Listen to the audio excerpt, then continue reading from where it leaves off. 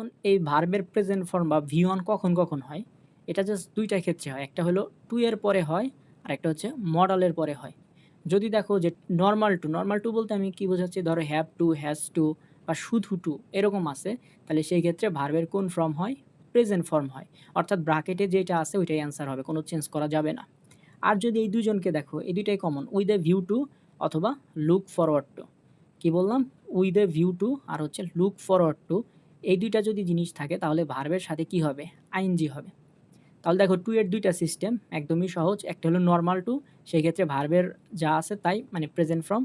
আর যদি হচ্ছে with a view two বা লুক ফরওয়ার্ড টু থাকে তাহলে ভার্বের সাথে কি হবে, আইএনজি হবে। একদমই সহজ দুইটা রুল।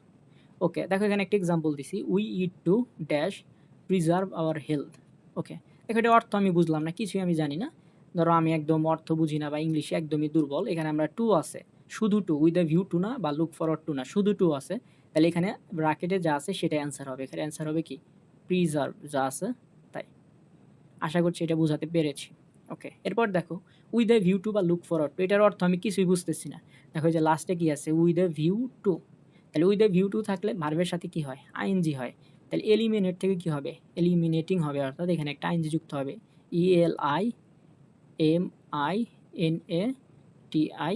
ELIMINATING।